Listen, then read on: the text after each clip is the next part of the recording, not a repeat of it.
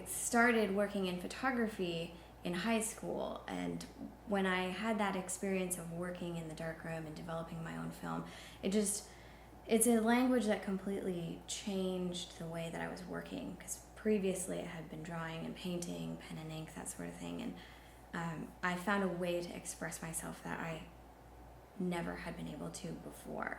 The themes that I think the work is grounded in are my own identity and my experiences as an immigrant in the United States, as well as the psychology of knowledge and power, both regarding photography and human experience.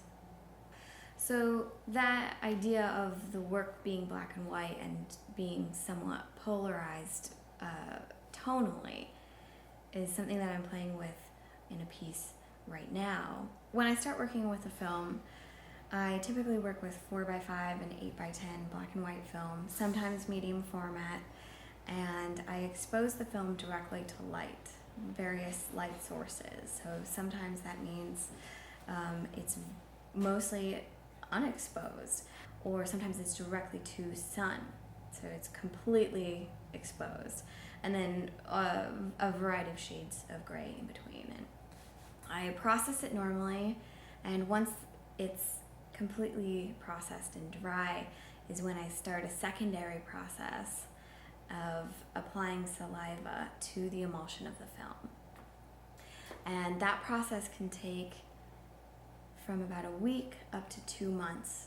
Then I begin a mark making process, a third tertiary process of mark making, but also, in the context, knowing that this work is in the context of photography.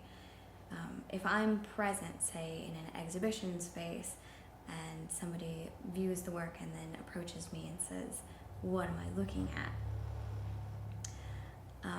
That's actually one of my favorite questions to initiate a dialogue around, because that question comes from the same kind of place that the question, "What are you?" comes from.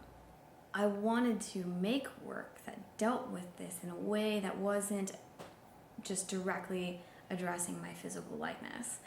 And when I came back to this negative that I had done this experiment on, and I saw the possibilities of this process, which of course I had no idea when I began it what would happen, it just clicked.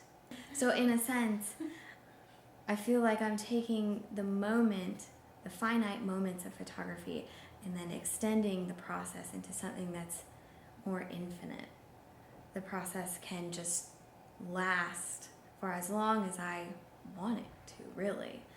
That the fact that this work conjures up this desire to know what you're looking at, because we know it's photography, that I leave little evidences of photographic material, the notches in the sheet film, or a little Kodak or Ilford, little surprises for the photographer to discover. We assume we should be able to read a photograph pretty clearly. Photography lends itself so well to clear representation, and when it is ambiguous, sometimes the desire to know what you're looking at is very strong. And that is where I can create this link between this abstract work that perhaps provides a wider audience to engage with the work, and then we can narrow in onto this very specific topic on ethnicity and immigration and racial issues in a way that maybe is more approachable.